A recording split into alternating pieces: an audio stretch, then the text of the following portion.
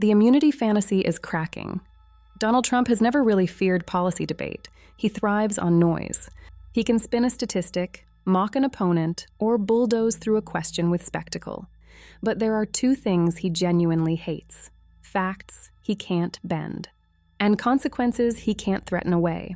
Right now, he's colliding with both, not just from political opponents, not just from media critics, but from something far more destabilizing to his brand, a growing public awareness that power in America seems to protect itself, and that people are starting to notice. For years, Trump has sold a story in which he is untouchable. Indicted, it's persecution; investigated, it's weaponization; questioned, it's treason. The narrative only works if his supporters believe strength equals immunity. But outside the United States, a different story is unfolding.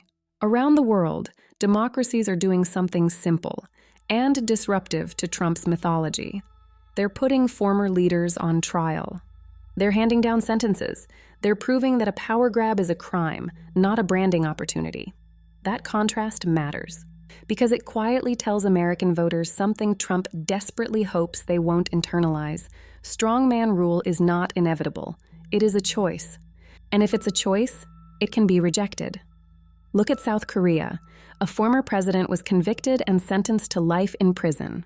For leading an insurrection linked to a failed attempt to impose martial law, prosecutors even sought the death penalty.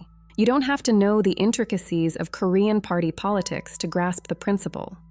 In a system with institutional backbone, attempting to subvert democracy does not end in a book deal. It ends in a courtroom. It ends with a sentence. Now consider Brazil. A former president faces sentencing for attempting to overturn election results. Different continent, different culture. Same conclusion. Trying to overturn the system is not a personality quirk. It is not a branding exercise. It is not tough politics. It is criminal behavior. When two major democracies publicly reinforce that standard, it weakens the idea that powerful leaders are simply above consequence. And that's where the tension sharpens in America. Because for years, a segment of the American right has pushed in the opposite direction, not openly declaring a president above the law, but normalizing a version of politics where power itself becomes the shield. The argument isn't always he's innocent. More often it's framed as he's strong, he fights, he wins. Therefore, he should not be constrained like ordinary people. That mindset reframes accountability as weakness. It suggests that investigations are unfair by definition if they target someone influential enough. And that, distilled, is the core of the immunity narrative. Make exceptional treatment feel normal. Make loyalty more important than law. But if the public begins to compare global examples, the spell weakens. Because comparison invites a dangerous question. If other democracies can hold former leaders accountable, why can't we?